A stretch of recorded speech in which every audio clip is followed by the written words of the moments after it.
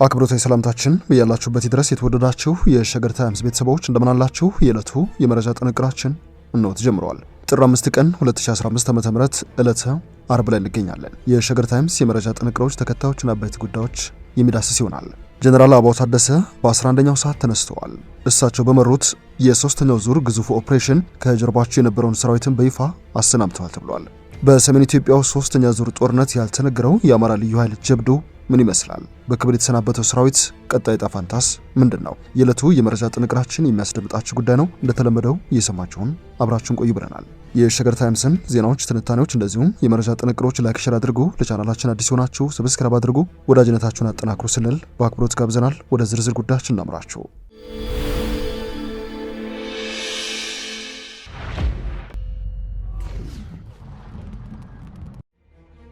የኢትዮጵያ ሀገር መከላከያ ሰራዊት ምክትል ኢታማዦር ሹም ጀነራል አበባው ታደሰ በ11ኛው ሰዓት ተነስተው ፊት ለፊት ታይተዋል።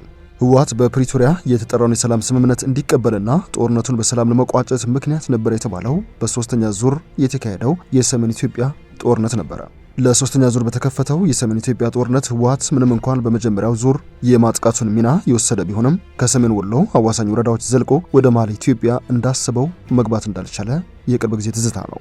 የህወሓት ጀነራሎች ባላሰቡት መንገድ የኢትዮጵያ ሀገር መከላከያ ሰራዊት የከፈተው የመልሶ ማጥቃት እርምጃ ዓለም አቀፍ መገናኛ ብዙሃን እንደመሰከሩት የህወሓት ታጣቂዎች እንዲፍረከረኩ፣ ከእዝ ሰንሰለት እንዲበታተኑና የሰላም ስምምነቱን ተንበርክከው እንዲቀበሉ ምክንያት ሆኗቸዋል። የሶስተኛውን ዙር ጦርነት የመሩት ምክትል ጠቅላይ ኤታማዦር ሹም ጀነራል አበባው ታደሰ እንደነበሩ የህወሓት ጀነራል ታደሰ ወረደ ጦርነቱ ጦፎ በነበረበት ጊዜ የሰጡት መግለጫ ምስክር ነው። የሀገሪቱ ብሔራዊ ጦር ወደፊት እየገሰገሰ የህወሓት ታጣቂዎች ጋር የተዋጋበት በነበረበት ጊዜ ከጀርባ ደጀን ሆኖ ሲጠብቁ የነበረው የአማራ ልዩ ኃይልና ጥቂት ፋኖች እንደነበሩ ትላንት ምሽት የሀገር መከላከያ ሰራዊት በይፋ ያወጣው መረጃ ያሳያል። ጀነራል አበባው ታደሰ ወደ ስፍራው ሄደው ከጀርባ በደጀንነት ሲያገለግል የነበረውን የአማራ ልዩ ኃይል ሽርና አካባቢው ከትን ይችላል በሚል በርካቶች ፖለቲከኞች፣ አክቲቪስቶች እየተሟገቱ ይገኛል። የኢትዮጵያ ፌዴራል መንግስትና ህወሓት ለሁለት ዓመታት የዘለቀውን የእርስ በርስ ጦርነት በዘላቂነት ለማቆም በደረሱት የሰላም ስምምነት መሰረት የህወሓት ተዋጊዎች ትጥቃቸውን በመፍታት ለፌዴራል መንግስት ሰራዊት እንደሚያስረክቡና ከፌዴራል መንግስት ውጭ ያሉ ኃይሎች ከትግራይ ክልል እንደሚወጡ መስማማታቸው ይታወሳል። በዚህ መሰረት የህወሓት ታጣቂዎችን ትጥቅ የማስፈታት ተዋጊዎችን የመበተንና መልሶ የማቋቋም ስራው በይፋ መጀመሩም ተዘግበዋል። ከጥቂት ቀናት በፊትም የኢትዮጵያ ሀገር መከላከያ ሰራዊት ከህወሓት ታጣቂዎች ከመቀለ በ30 ኪሎ ሜትር ርቀት ላይ ከምትገኘው አጉላ የከባድ መሳሪያ ርክክብ ማድረጉ የሚታወስ ነው። የአማራ ልዩ ኃይልን በተመለከተ እስካሁን ድረስ በይፋ የተነገረ ቁርጥ ያለ መግለጫ ባይኖርም በወልቃይት አካባቢ በጊዜ አስተዳደር እየሰሩ የሚገኙ አመራሮች እንደገለጹት ከሆነ በሰላም ስምምነቱ የወልቃይትና የአማራ ኃይሎች ጉዳይ ቁርጥ ያለ የህግ ትርጉም ባለመቀመጡ ምክንያት ስጋት ገብቶናል፣ በአፋጣኝ ግልጽ መግለጫና ማብራሪያ ሊሰጠን ይገባል ሲሉ ከቀናት በፊት ጥሪያቸውን ሲያሰሙ እንደነበር ይታወሳል። ከአማራ ልዩ ኃይል ውጪ ከትግራይ ክልል ለቆ እንዲወጣ አሁንም ድረስ እየተጠየቀ የሚገኘው የኤርትራ ጦር ሰራዊት ነው። የኤርትራን ጦር ሰራዊት በተመለከተ ከትግራይ ክልል መቼ ለቆ ይውጣ የሚለውና በየትኞቹ የክልሉ አካባቢዎች አለ የሚለውን ጉዳይ በተመለከተ የጠቅላይ ሚኒስትር አብይ አህመድ የብሔራዊ ደህንነት አማካሪ አምባሳደር ሬድዋን ሁሴን ለፖለቲካ ፓርቲ አባላት በሰጡት ምላሽ የኤርትራ ጦር ሰራዊት ወደ ትግራይ ክልል አዋሳኝ አካባቢ የገባው ስጋት አለብኝ፣ ከህወሓት የመወረር አደጋ ተጋርጦብኛል በሚል መነሻ ምክንያት እንደዚሁም በኢትዮጵያ መንግስት ፈቃድ ነው ሲሉ አረጋግጦ ነበር። የኤርትራ ጦር ሰራዊት አባላት ከአካባቢው ወይንም ከኢትዮጵያና ከኤርትራ ድንበር ለቀው ሊወጡ የሚችሉት የህወሓት ታጣቂዎች ከባድ መሳሪያ እንደዚሁም ሌሎች የጦር መሳሪያዎችንና ትጥቆችን ለፌዴራል መንግስት ካስረከቡ በኋላ ነው። ይህ ደግሞ ጎን ለጎን የሚሰራበት የድህረ ጦርነት አካሄድ ነው ሲሉ ምላሽ ሰጥተው ነበር።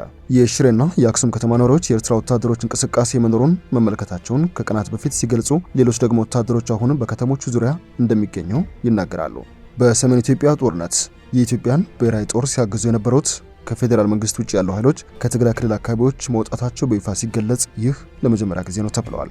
ትላንት ጥር 4 ቀን 2015 ዓ.ም ለአማራ ልዩ ኃይል ሽኝት ሲደረግ የጦር ኃይሎች ምክትል ጠቅላይ ኤታማዦር ሹሙ ጀነራል አበባው ታደሰና የእዝ አመራሮች ተገኝተው ነበረ። እንደ ኢትዮጵያ ሀገር መከላከያ ሰራዊት መረጃ የክልሉ ጦር አካባቢውን ለቆ ሲወጣ አመራሮቹ የከፈልነው ዋጋ ለጋራ ሰላማችን ስንል ነውና በመንግስት ትዕዛዝ መሰረት በተደረሰው የሰላም ስምምነት ኃይላችንን ከሽሬና አካባቢው እያስወጣን ነው ስለማለታቸው የሀገር መከላከያ ሰራዊት ያሰራጨው መረጃ ያሳያል። ልዩ ኃይሉ በሶስተኛው ዙር ጦርነት የህወሓት ተዋጊዎች እንዲፍረከረኩ ከፍተኛ ሚና እንደተጫወተ ይነገርለታል። ኢትዮጵያ ችግር በገጠማት ጊዜ እንደ ብሔራዊ ጦር ያገለገለ የአገር ዘብ እንደሆነም ይነገርለታል። የህወሓት ተዋጊዎች ከባድ መሳሪያዎችን ጠጋግነው ከማስረከባቸው በፊት የአማራ ልዩ ኃይል በቡድን መሳሪያ ከባድ መሳሪያ እንደማረከ ነው አክቲቪስቶች እየጻፉ የሚገኘው። በአስቸጋሪው ጊዜ የኢትዮጵያ ሀገር መከላከያ ሰራዊት የአማራ ልዩ ኃይልን አምኖበት ከባድ መሳሪያውን እንካት ዋጋበት ብሎ ተዋግቶ ድል እንዳመጣበትም ገድሉን እያነሱ የሚገኙ ወገኖች ጽፈዋል። የአማራ ልዩ ኃይል እንደ ክልል ሰራዊት ሳይሆን እንደ ሀገር ዘብ ኢትዮጵያ ለማዳን ከህወሓት ጋር ተናንቆ ክብር ያስጠበቀ የሀገር ባለውለታ ነውና ክብር ይገባዋል፣ ምስጋናም ሊቸር ይገባል ሲሉ ጥሪ አቅርበዋል። ለልዩ ኃይሉ ሰራዊት አባላት የአማራ ህዝብ ብቻ ሳይሆን ውለታ የሚያውቅ ሀገሩን የሚወድ ኢትዮጵያዊ ሁሉ ይኮራባቸዋል የሚሉት እነዚህ ወገኖች ለዛሬው የሰላም ስምምነት የልዩ ኃይሉ የደምና የአጥንት መስዋዕትነት መነሻ ምክንያት ሊዘነጋ የማይችል ውለታ ነው በሚል እያወደሱትም ይገኛል። የዕለቱ የመረጃ ጥንቅራችን ያደመጣችሁትን ይመስላል። የተወደዳችሁ የሸገር ታይምስ ቤተሰቦች ስለሰማችሁን አመሰገንን። በያላችሁበት ሰናይ ጊዜ ይሁንላችሁ።